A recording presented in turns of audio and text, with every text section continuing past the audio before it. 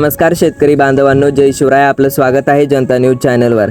शेतकरी मित्रांनो, महाराष्ट्रात निसर्गाचा दुहेरी खेळ पाहायला मिळतोय. विदर्भात तापमानाचा पारा 46 अंशाच्या पार जाण्याची भीती असून दुसरीकडे पश्चिम महाराष्ट्र आणि मराठवाड्यात विजांच्या कडकडाटासह पावसाची सावट आहे. कुठे उष्णतेची लाट असेल आणि कुठे पावसाचा इशारा, पाहूया सविस्तर बातमीपत्रामध्ये. शेतकरी मित्रांनो, चॅनलवर नवीन असाल तर नक्की सबस्क्राईब करायला विसरू नका आणि बेल आयकॉन दाबा.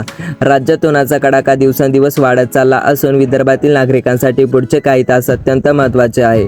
वर्धा, अमरावती, यवतमाळ, अकोला आणि चंद्रपूर या जिल्ह्यात उष्णतेची तीव्र लाट येण्याची शक्यता आहे.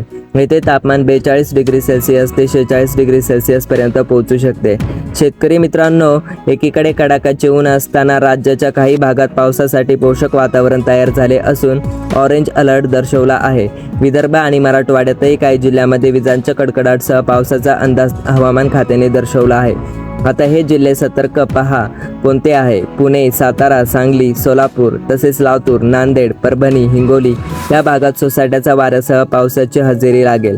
ढगाळ वातावरणामुळे या भागात उकाडा वाढण्याची दाट शक्यता आहे. नाशिक जिल्ह्याबद्दल बोलायचे झाले तर येथे हवामान प्रामुख्याने कोरडे आणि उष्ण राहील. मुंबईसह कोकण किनारपट्टीवर आर्द्रता वाढल्यामुळे नागरिकांना घामाच्या धारांचा सामना करावा लागू शकतो. वाढत्या तापमानामुळे उष्माघाताचा धोका टाळण्यासाठी दुपारच्या वेळेत जास्त कामे टाळा, भरपूर पाणी प्या आणि पशुधनाची काळजी घ्या. हवामानाची प्रत्येक बदलाची अचूक माहिती मिळवण्यासाठी जनता न्यूजला आत्ता सबस्क्राईब करून बेल आयकॉन दाबा. भेटूया पुढच्या अपडेटमध्ये. धन्यवाद. जय शिवराय, जय महाराष्ट्र.